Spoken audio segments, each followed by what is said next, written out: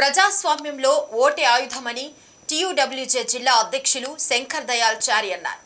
రామాయంపేట మండలం రాయలాపూర్కు చెందిన రాయరావు విశ్వేశ్వరరావు రచించిన స్వరకల్పన చేసిన ఓటరు చైతన్యం పాట సీడీని మెదక్ జిల్లా రెడ్ క్రాస్ సొసైటీ ఆధ్వర్యంలో శుక్రవారం రామాయంపేటలో ఆవిష్కరించారు.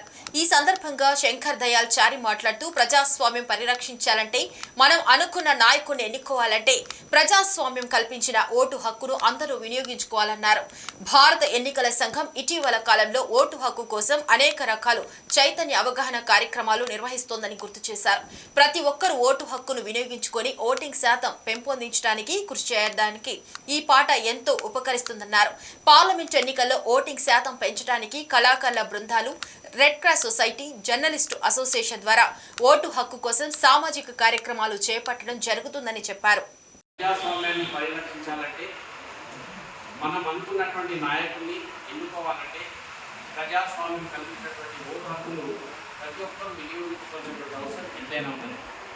అందులో భాగంగా భారత ఎన్నికల సంఘం కూడా ఇటీవలి కాలంలో అనేకమైనటువంటి చైతన్య కార్యక్రమాలు చేస్తూ మరి ఎన్నికల నిర్వహణ కూడా పకడ్బందీగా నిర్వహిస్తున్నటువంటి విషయం మనం గమనిస్తూ ఉన్నాం.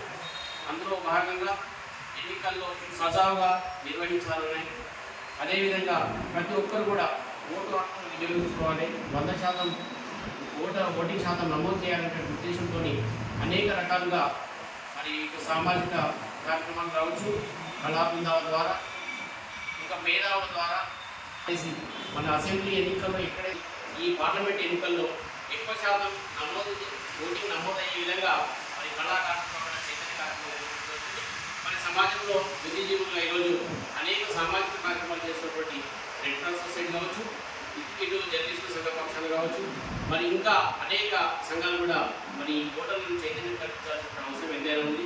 మరి ఈరోజు ఈ చక్కటి మరి ఓటర్లు చైతన్యం పైన ఆట రాసినటువంటి పెద్దలు రాయరావు విశ్వేశ్వరరావు గారికి నా హృదయపూర్వకమైనటువంటి ధన్యవాదాలు. ఆ జిల్లా పక్షాలు కూడా అర్థంతో తెలియజేస్తా ఉన్నా.